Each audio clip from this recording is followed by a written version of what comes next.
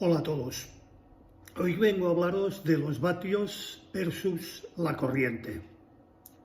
¿Alguien puede comentar, en términos sencillos, cuál es la diferencia?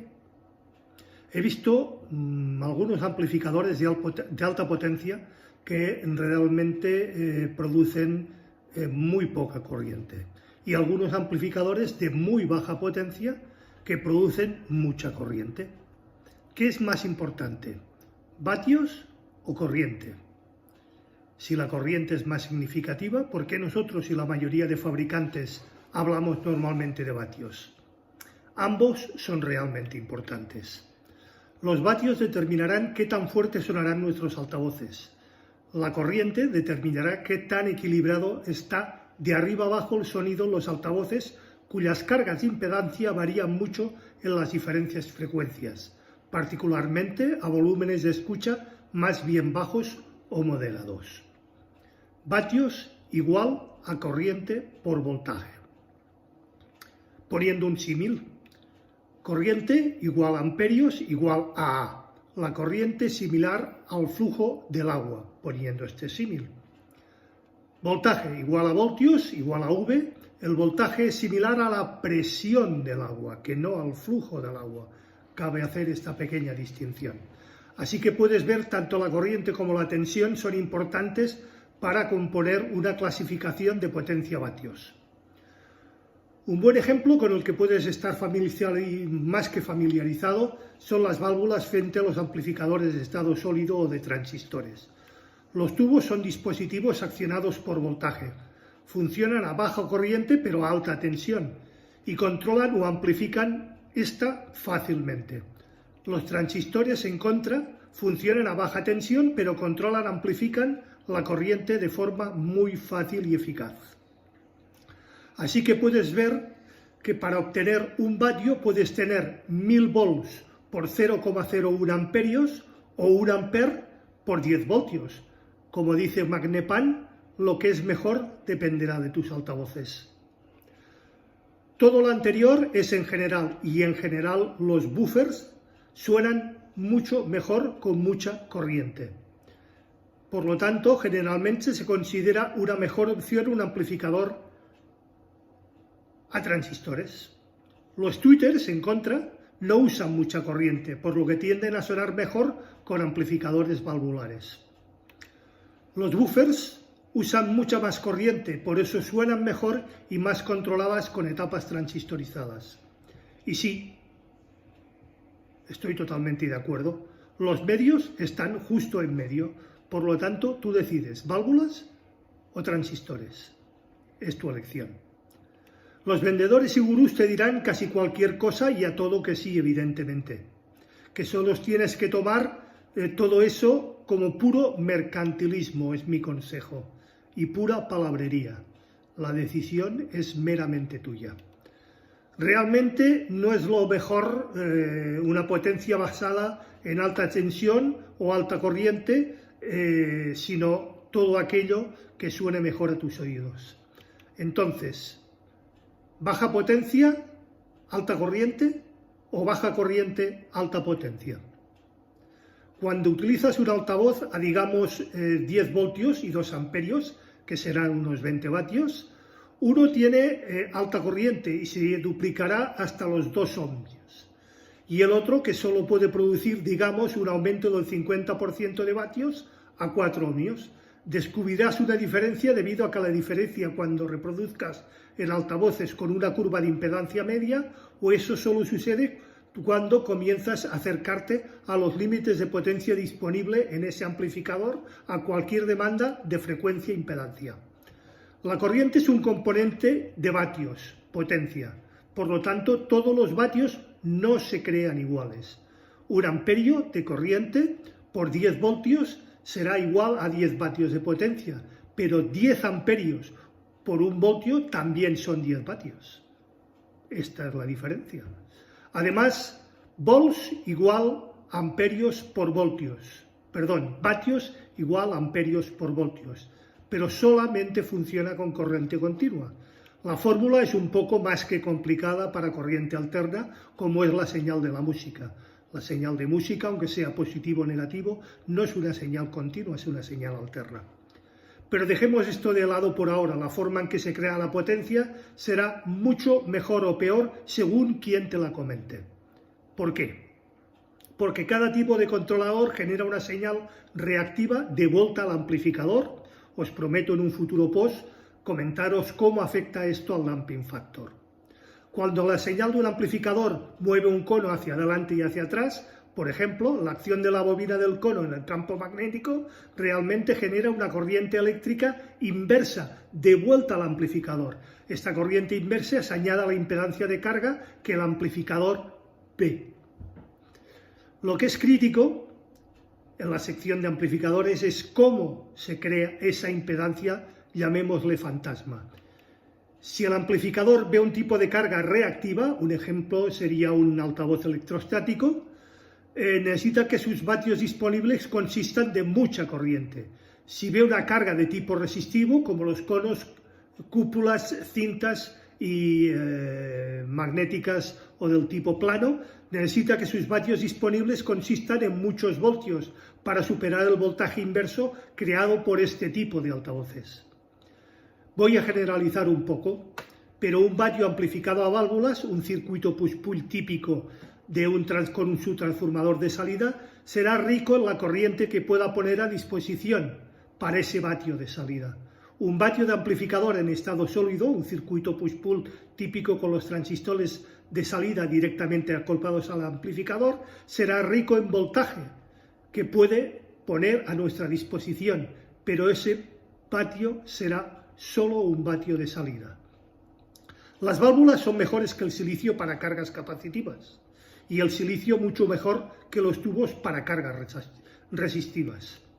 Muy bien, esta es una definición generalizada. Sin embargo, debido a que la impedancia de todos los altavoces varía ampliamente dependiendo de la frecuencia, la impedancia nominal de los altavoces es solo una cifra nominal. Podría haber momentos en que lo que necesitaras fuera un amplificador enorme para amplificar esos altavoces de forma dinámica, de forma correcta. O si estás amplificando unos electrostáticos, solo los paneles, estamos hablando de solo los paneles, es posible que necesites un enorme amplificador de estado sólido para dar a estos la corriente que necesitan, cuando un amplificador a válvula de mucho menos rendimiento sonaría igual de bien o posiblemente mejor. La gente en el audio esotérico generalmente están a un nivel Stanford Bimet de 3 dígitos, pero muchos, probablemente la mayoría, han tenido poca ocasión de familiarizarse con la naturaleza de buenos diseños del circuito de las etapas amplificadoras. Ahí la disyuntiva. Pero si tomas un poco de tiempo y pasas por un buen y razonable tutorial en línea, claro, fácil de entender, encontrarás más información que muchas de las explicaciones y de las disyuntivas y de las paparruchadas de los expertos gurú, autoproclamados gurús, ungidos que persiguen simplemente su grandeza, agrandar su ego o su gloria. La confusión con las clasificaciones del amplificador: los amplificadores no producen vatios, producen corriente, o deberían de generar corriente. Un amplificador es una fuente de voltaje, al igual que la red de 120 o 240 voltios de nuestra casa.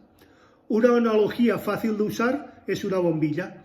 ¿Cuál es la diferencia entre una bombilla de 100 vatios y otra de 60 vatios? ¿Y por qué una bombilla de 100 vatios es más brillante que una bombilla de 60 en la misma lámpara conectada a la misma toma de corriente? ¿Veis la similitud? No se le puede decir que una bombilla de 100 vatios en la lámpara a la toma de corriente produzca 100 vatios. La toma de corriente suministra X voltios constante. Esa es la clave. Entonces, ¿cómo se diseña la bombilla de 100 vatios y otra de 60 vatios? Pues debemos de aplicar la ley de Ohm. Corriente por resistencia. Vatios igual a voltaje por corriente, simplificando.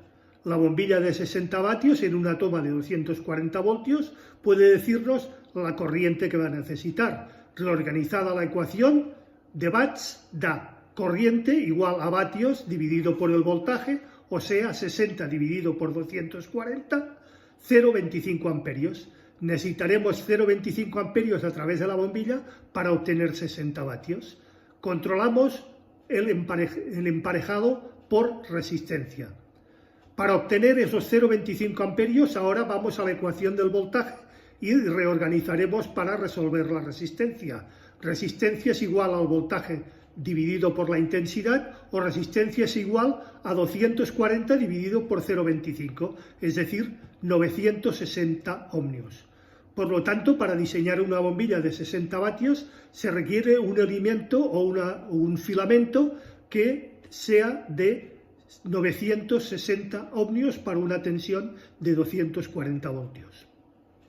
Eso nos da unos 60 vatios en una toma de 240 voltios, como acabo de decir. Pero una bombilla de 100 vatios, intensidad es igual a 100 dividido por 240, nos dará 0,417 amperios. Dicho de otra manera, resistencia es igual a 240 dividido por 0,42, es decir, la bombilla de 100 vatios debe de tener una resistencia de 571 ohmios. Por lo tanto, para diseñar una bombilla de 100 vatios se requiere un elemento con una resistencia de 571 ohmios. Eso nos da que 100 vatios en una toma de corriente para 240 voltios. La diferencia son las resistencias de los elementos de tungsteno que hacen que a mayor corriente fluya desde su receptáculo. Esta corriente adicional es la potencia adicional de voltios por amperios. Vale, genial, menudo rollo, ¿no? ¿Y qué pasa con los amplificadores y la corriente? Pues exactamente lo mismo. La única diferencia es que los altavoces, a diferencia de las bombillas, tienen diferente resistencia a diferentes frecuencias que presenten una carga variable en nuestro amplificador. Y eso es como instalar constantemente bombillas diferentes de potencias diferentes en nuestros enchufes. Se volvería el amplificador loco. Yo por eso, evidentemente, represento una carga variable similar en la toma de la pared, o a la de la toma de la pared. Pero la salida de la pared tiene un almacenamiento de corriente infinito, es decir, puede reducir la resistencia y la salida suministrada a la mayor corriente a un máximo de 20 amperios, que es lo que son nuestros disyuntores, o 10.000 amperios, la corriente máxima en cortocircuito del transformador de los servicios públicos. Pero un amplificador no tiene 10.000 amperios de corriente a nuestra disposición. El amperaje se puede suministrar, estará limitado por el transformador de su fuente de alimentación. Si tienes un amplificador de 100 vatios, tienes un dato sin ningún sentido. Si tienes un amplificador de 100 vatios a 8 ohmios, eso sí que es una característica o una especificación. Para diseñar un amplificador de 100 vatios a 8 ohmios necesitarás al menos, eso dependiendo de la clase con la que esté diseñado el circuito, un transformador de 100 vatios en su fuente de alimentación. Un altavoz es como una bombilla de 8 ohmios. Ahora tenemos un amplificador de 100 vatios. Menudo tostón, ¿no? Pues sí. Pero recuerda que lo importante es disfrutar de la música, no estar constantemente sufriendo por si ese equipo, ese pasaje, esa pieza o ese álbum suena hoy mucho mejor o peor que ayer. Como siempre, quedo abierto a cualquier consulta, duda, aclaración, cuestión o sugerencia por vuestra parte. Será debidamente contestada. Recordad, si os ha gustado, por favor, dadle al like, es muy importante. Compartid el post, así ayudaréis a crecer al canal. Suscribiros si no lo estáis ya y acordaros de darle a la campanilla gris para que YouTube os avise de cualquier novedad dentro del canal. Muchísimas gracias a todos y nos vemos el próximo viernes en un nuevo capítulo de A las 8 estrenamos. Hasta entonces.